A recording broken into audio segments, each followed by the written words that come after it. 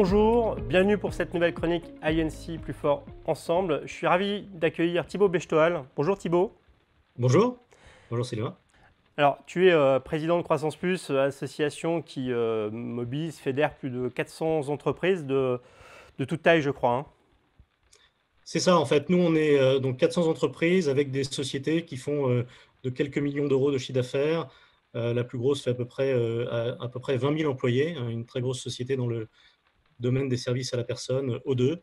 On a des sociétés industrielles aussi, des sociétés importantes de l'ordre de 200 millions d'euros dans l'industrie, donc on a un peu toutes les tailles de sociétés. Alors, des situations très différentes hein, auprès de tes membres, certains qui effectivement doivent gérer l'hypercroissance liée à leur activité, d'autres qui sont totalement à l'arrêt. Quels enseignements aujourd'hui tu tires de cette crise? Quels sont les chiffres clés aujourd'hui de l'impact pour tes membres? Alors, on n'a pas de chiffres clés dans le sens où, en fait, les cas de figure sont extrêmement particuliers. C'est-à-dire qu'en fait, on a des sociétés, comme tu le disais tout à l'heure, où l'activité est complètement arrêtée, hein. C'est le cas de l'activité hôtelière, des groupes hôteliers, le cas de l'événementiel. On a des sociétés qui sont impactées fortement, notamment tout le domaine des services à la personne.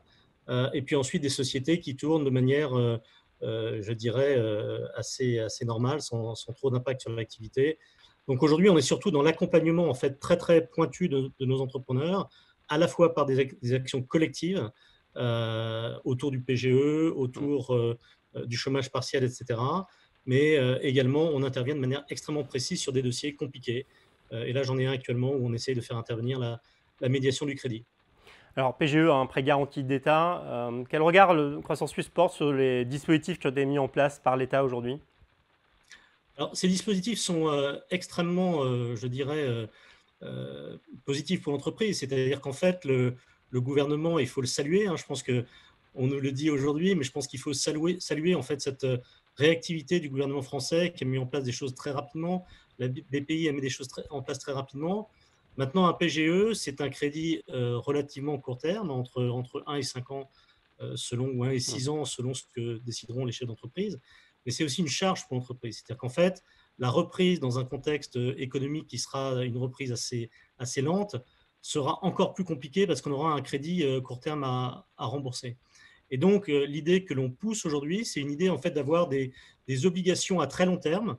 On peut envisager différents schémas, hein. Il y a un schéma qui serait des obligations d'État, mais en tant qu'entrepreneur, on pousserait plutôt des obligations privées, peut-être par, je dirais, une mise en place d'un fonds d'obligation, je dirais, dédié à ça, hein, reprise des emprunts PGE, obligation de très long terme, peu cher, qui permettrait en fait à l'entreprise d'avoir un bilan équilibré et de ne pas être impacté par un bilan où le passif pèse trop lourd en fait dans la marge de l'entreprise de manière quotidienne. C'est vrai. Alors, on est dans une société où l'entrepreneur n'a pas toujours été très bien perçu, hein, donc, tu es à la tête d'une association de croissance. Donc aujourd'hui, on est dans un contexte où clairement, cette année, on dessine une récession. Est-ce que tu perçois un impact déjà sur la perception du dirigeant dans ce contexte de crise? Nous, on pense que l'entrepreneur et l'entreprise, c'est le ciment social de la société, réellement, puisqu'en fait, il y a tout un. Et on voit bien aujourd'hui, c'est-à-dire que le fait que finalement les gens se retrouvent chez eux confinés et à communiquer par Zoom, on voit l'énorme, je dirais, absence en fait de l'entreprise comme lien social, lien entre les gens, etc., etc. Euh, L'entrepreneur aura un rôle particulier dans cette crise. C'est-à-dire qu'il faut d'abord gérer la crise, hein. On a vu des initiatives sur les masques. On a vu par exemple un groupe de Croissance Plus, Paris Sign Group, qui a proposé des lits aux soignants, notamment à la PHP. Donc on a vu des tas d'initiatives citoyennes. Et nous, Croissance Plus, on se voit vraiment jouer un rôle sur ces sujets-là. Et puis sur la suite, dans notre programme, il y a 3 éléments. Il y a l'élément impact, c'est-à-dire qu'on pense que de plus en plus d'entrepreneurs auront des business dits à impact. Donc un business à impact, je vais en citer deux, trois exemples de Croissance Plus. Il y en a un qui, je trouve très intéressant, c'est cette société qui s'appelle Castali, qui fait des machines à eau et dont la raison d'être n'est pas d'apporter de l'eau potable en fait, aux consommateurs, mais de se débarrasser des déchets Plastique. plastiques sur la planète. Une autre qui s'appelle Groupe ATF, qui fait du recyclage de matériel informatique et en s'appuyant sur des gens qui sont issus de l'insertion. Donc là, il y a un double rôle social. Donc on pense que cet entrepreneuriat impact est un domaine extraordinaire à développer, à la fois sur l'impact au sens meilleur partage des richesses, attention particulière effectivement au sujet d'environnement et de développement durable.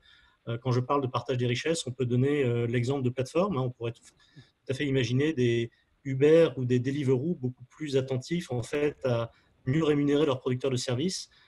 Pourquoi pas avec des notions de co-actionnariat, c'est-à-dire qu'en fait, les producteurs de services pourraient être co-actionnaires en fait de la plateforme. Donc on a beaucoup d'idées en fait dans ce domaine-là pour un monde plus équilibré ou un capitalisme, mot qu'on revendique tout à fait, mais plus équilibré et mieux, qui répartit mieux les richesses.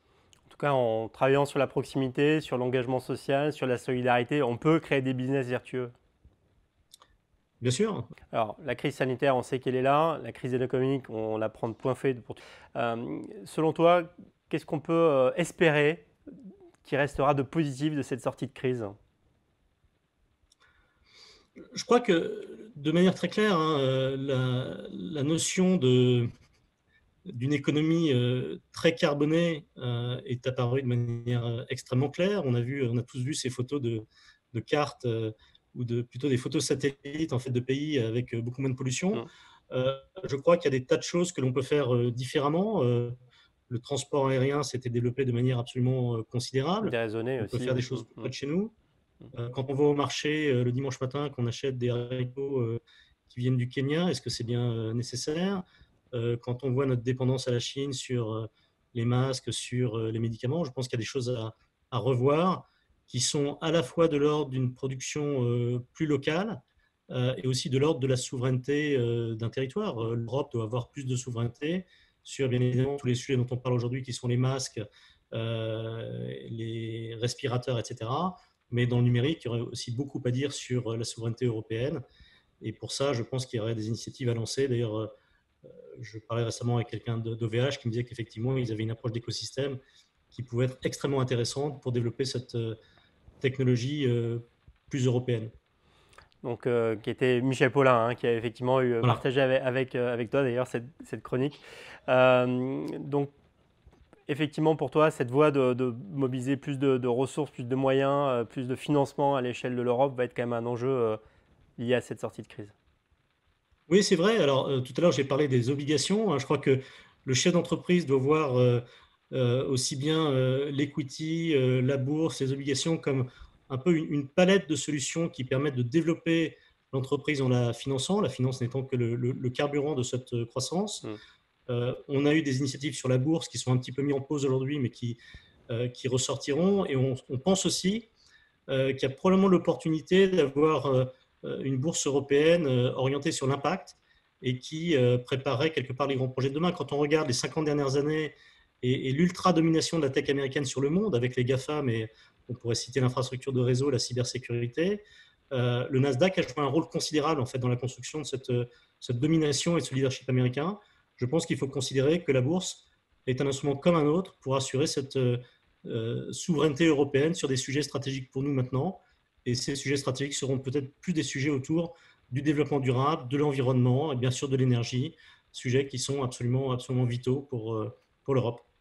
Donc là aussi, ce sera un engagement aussi de raison de réfléchir à ces modèles, à cette sortie de crise. Voilà. Thibaut, bravo pour cette implication, bravo pour la mobilisation de tes membres pour apporter toutes ces réponses en cette période de crise. On va continuer à suivre l'actualité de Croissance Plus de près et j'espère qu'on aura l'occasion de se retrouver bientôt dans d'autres conditions. Merci Sylvain, porte-toi bien également et à très bientôt. À très bientôt, merci à toi, au revoir. Au revoir.